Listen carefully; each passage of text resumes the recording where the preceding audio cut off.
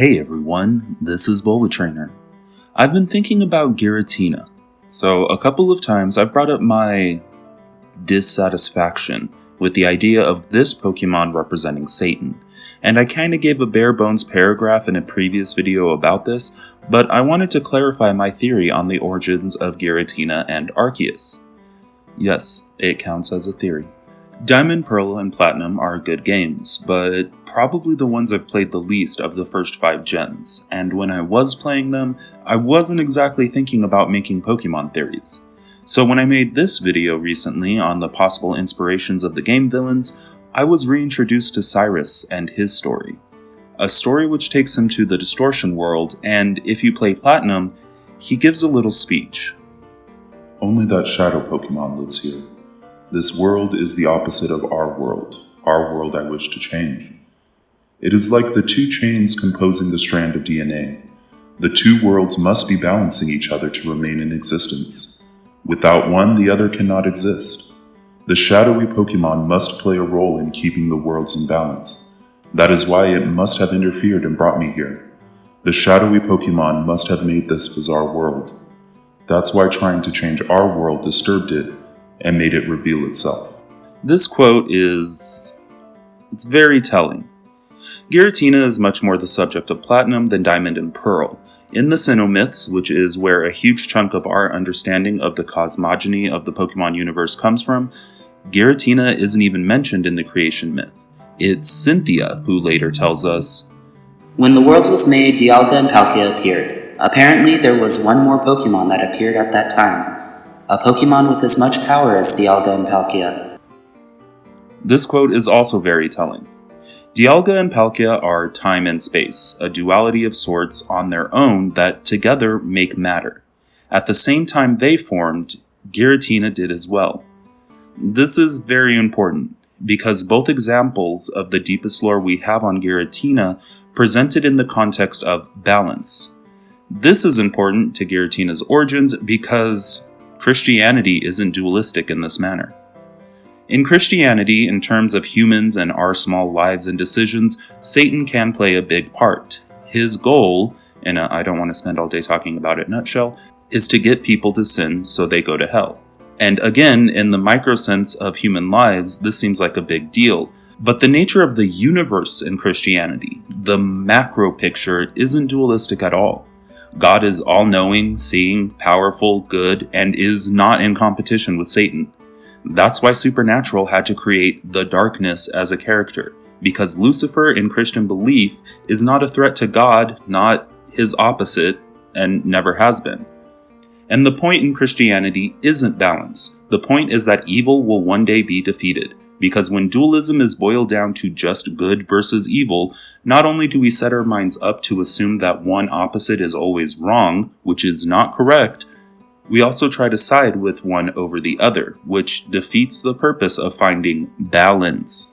I think this interpretation of dualism has skewed other alternate viewpoints, historical, traditional, and modern. In the context of Giratina, I want to tackle duality and balance from one of these other angles. In other views of dualism, one cannot defeat the other, and one is not complete without the other. Cyrus talks exactly about this, likening it to DNA, which is a fantastic analogy because, simplification warning, DNA replicates by only having half of itself, because the base pairs always match up. One isn't good or evil, one isn't supposed to defeat the other, one exists so the other has to as well, and they only function perfectly together. You can also think of a standard magnet. There's a north and a south, always. Break it in half and both halves will still have a north and a south. And neither side on its own is the magnet, it's both of them together. One pole isn't evil or good, it just is. The concept of yin and yang is a similar concept of duality having a relationship and a balance that has to be maintained. So if we're discussing balance and dualism, where do Arceus and Giratina fit in? And if this balance isn't about good and evil, then what role does Arceus play? I don't want to get into a philosophical discussion about good and evil because that's been going on for longer than we've had the written word, and I'm not going to come to a new conclusion. But I will say that Arceus, as far as the lore of the games is concerned, isn't an omnibenevolent deity like in many monotheistic religions. It creates Palkia, Dialga, Giratina, Azelf, Uxie, Mesprit, and then goes to sleep. Except in the anime, which has to be considered its own canon, Arceus isn't constantly present to maintain its creation. It isn't stated to still be hanging around, creating new things. It isn't planning an apocalypse. It doesn't form a special bond with humans. Creation is good, and creating the beings that further that creation is good, but that doesn't make Arceus a being of pure good. It makes it a creator deity. I've mentioned before in my Religion of the Pokemon World video that in my mind, Pokemon World is a de facto blend of animism and polytheism. The Pokemon like Arceus, Palkia, Dialga, and others are powerful enough to be considered deities since their actions can directly shape the world or even the universe, and that while not a cohesive religion, the people of the Pokemon world are at the very least respectful of those different powers. Using this framework and its attributes and behavior, Arceus doesn't seem too different from a lot of other creator deities in various religions, from Japan's Izanagi and Izanami to Egypt's Atum.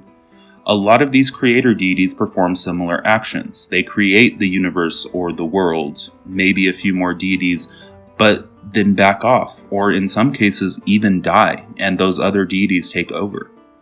In monotheism, God is usually believed to have always existed and was never born, but the idea of a deity being born from an egg is also present in some variations of the Egyptian creation myths, but in others as well. These creator deities match Arceus more than the Abrahamic tradition of a single god who creates the universe, not other personifications, and is believed to be the only being who can truly alter his creation. The fact that one of Arceus's only actions was specifically creating other powerful beings capable of giving form to its creation runs counter to this. Giratina too runs contrary to it.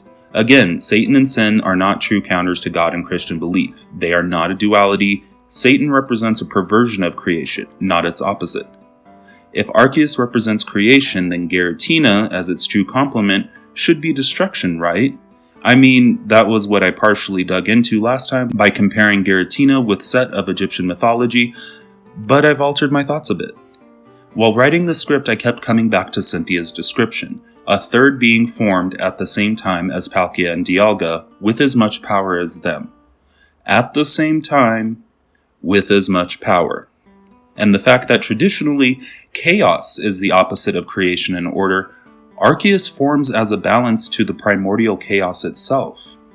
Palkia and Dialga, being space and time, are the ones who actually form matter. The rules of space and time give us the stability and order of our world. We know when we are. We know where we are. We exist because these two forces allow us to. The opposite of that would be a universe where time and gravity and space and geometry has no meaning or purpose. If only there was a place like that in the Pokemon world. Oh, wait. And the distortion world obviously isn't hell, though I personally think it would make a good representation to some of the afterlives of other religious traditions, and I think that it may be the reason why Giratina has association with cemeteries.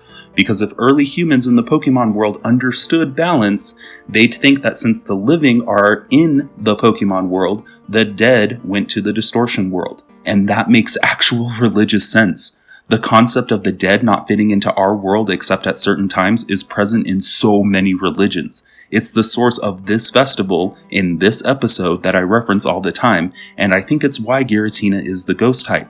Not because it's dead, or even that the souls of the dead do actually go to the distortion world, though I'll make a theory on this one day, but because death is the opposite to life. Anyway, the distortion world is a mirror of the Pokemon world, and it's meant to be. It's specifically stated by Cyrus that the distortion world is the balance to the regular world.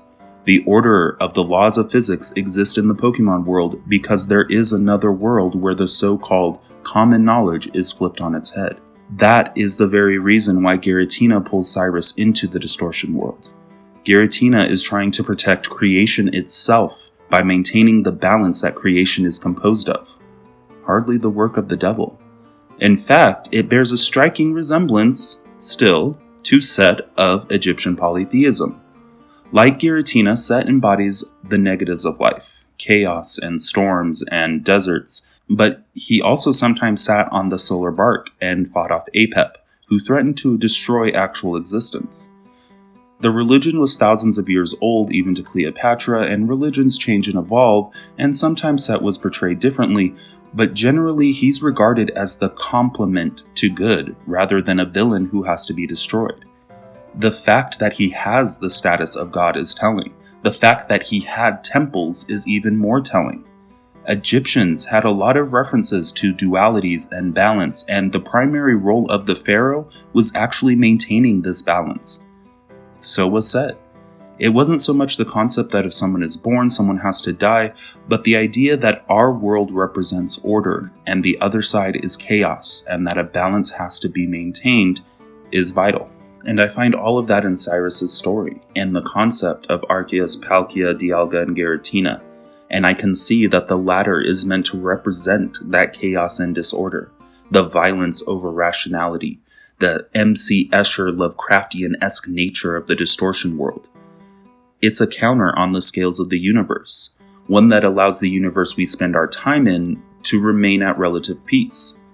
And that means Giratina balances out Palkia and Dialga, not Arceus.